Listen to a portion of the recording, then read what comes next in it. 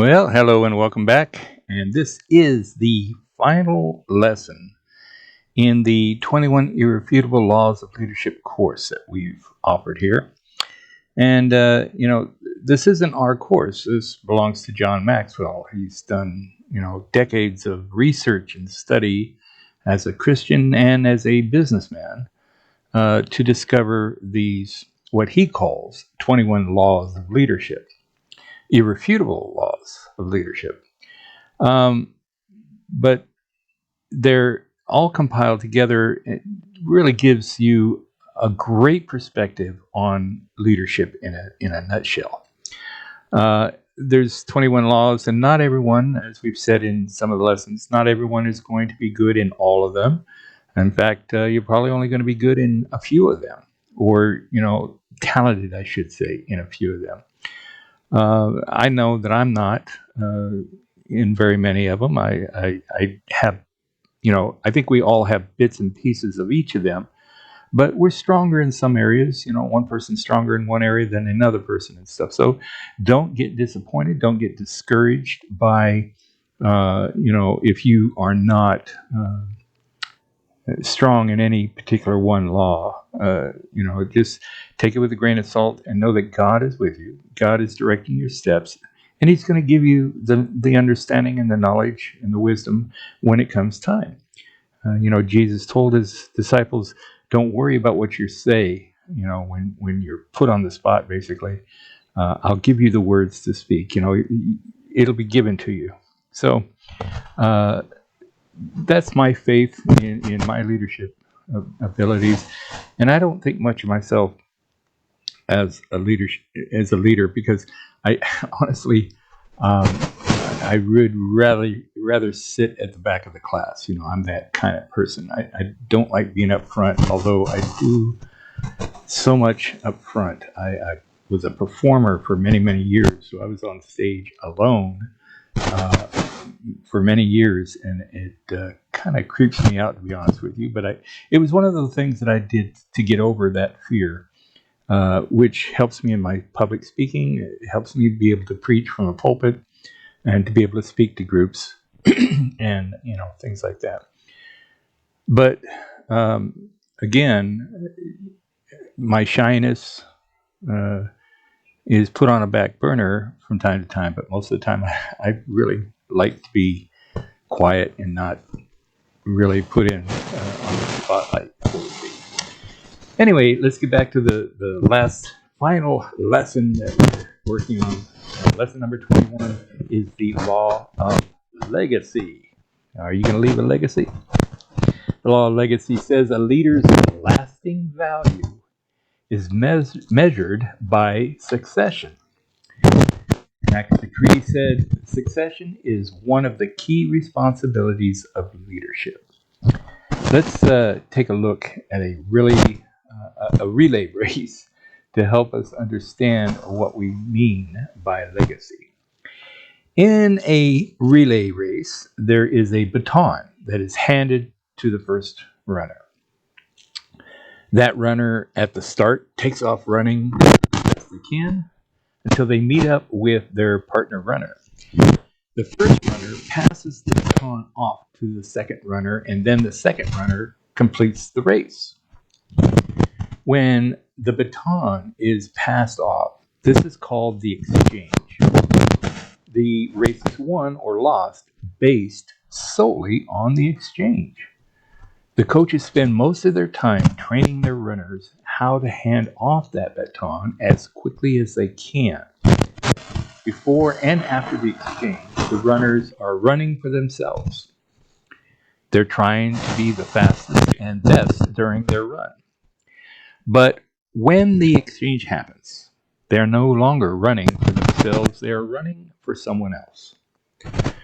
A good exchange can give the second runner as much as a second faster in time, which can be the deciding difference between winning and losing. The law of legacy, the law of succession, says that you and I need to know how to hand off that baton well to other leaders, so that our ministries can live way beyond ourselves. This entails achievement, which comes when someone is able to do great things for himself or herself. Success, that comes when he or she empowers followers to do great things with them. Significance comes when he or she develops leaders to do great things for them. And legacy comes when he or she risks his or her organization to do great things without them. I'm in my 60s as of this recording, and as I look back on my life, I see many wasted years where I looked out for me more than others. I spent time doing things that meant nothing, really. Actually, I began looking back when I was in my late 30s, but as I get closer to the day Jesus takes me home, I realized I need to make a difference in this world. Not for myself, but for those after I'm gone. This is exactly what Jesus did. He made a worldwide difference that remains with us today. I'm not trying to be Jesus, but I do want to make an impact in the lives of people just as the apostles did. In other words, I want to leave a legacy. I've always wanted to make a difference. When I was 8, I wanted to be a police officer because I thought that was a great way to make a difference. I also knew God wanted me to do His work, so I began going to school, which took a very long time because I did not have the funds or time to study full time. I spent 3 years in law enforcement when I saw things I did not like. Mostly, the life in law enforcement was changing me into someone I definitely did not like. I quit and began going to school, I began doing odd jobs while still going to school. I began a ministry as a youth minister when I was 23. My ministry life began to grow more and more. My faith grew, and my desire to do something for God that would make a difference grew. When I finally graduated with a Doctorate of Divinity degree at the age of 40, I began to ask God what it was He wanted me to do. After the events of 9/11, my wife and I moved to Oregon, and I met a man who was a pastor at a local church. And we began to talk, and the next thing I knew, he was asking me to become an associate pastor of his church. I agreed and developed a puppet ministry, which was extreme. It did well, but was extremely demanding of the team. During this time, I met another man who had strong ministry desires to start an educational ministry. I was amazed because we both had been feeling as if God was calling us into an educational ministry. My thoughts were for a free Bible college. His was for homeschooling. We tried the homeschooling, but it failed because of the competition. So we went towards the free Bible college. We started IHN Bible Incorporated as our organization offering biblical education. We then developed a website where we would offer the college education for free. That went on for several years without much growth. And I continued to pray to God to show me what I must do, and I received no answer. That is, until I received an email from Dr. Benjamin Ilunga from Tanzania in Africa. He wanted to partner with us and bring our college to Tanzania, or as you would say, Tanzania. Tanzania is the Swahili pronunciation. Anyway, I'll say it in Tanzania, okay. God had answered my prayers. I didn't know it, but He did. We're seeing growth that goes beyond our expectations. God has shown me a way to make a difference in this world. Now I must help develop leaders who will continue on after me. This testimony is only a small portion of what God has done in my life. But I tell you these things right now, not for you to think highly of me, but as an example of how we should think as a leader. Now it's time for you to ask yourself, what am I doing this for? Why do I want to be a leader of God's people? How can I make a difference in this world? As we wind down this training on the 21 Irrefutable Laws of Leadership, I want to tell you, I believe in you. I believe God has called you to minister, to lead, and to teach others about God's love for them. I want you to learn these laws if you are committed to adding value to people. I want you to apply these laws if you are committed to handing off the baton to the next generation and letting them go above you. My time with you is extremely profitable because you're going to take these laws and you're going to learn them and apply them. And you're going to be better at them than I am. Although I may never meet you all personally in this world, it is going to have a huge return. As you pour your life into others, as I have tried to pour my life into you, I know we will add value to other people. When we add value to other people, we add value to lives and organizations and communities and families.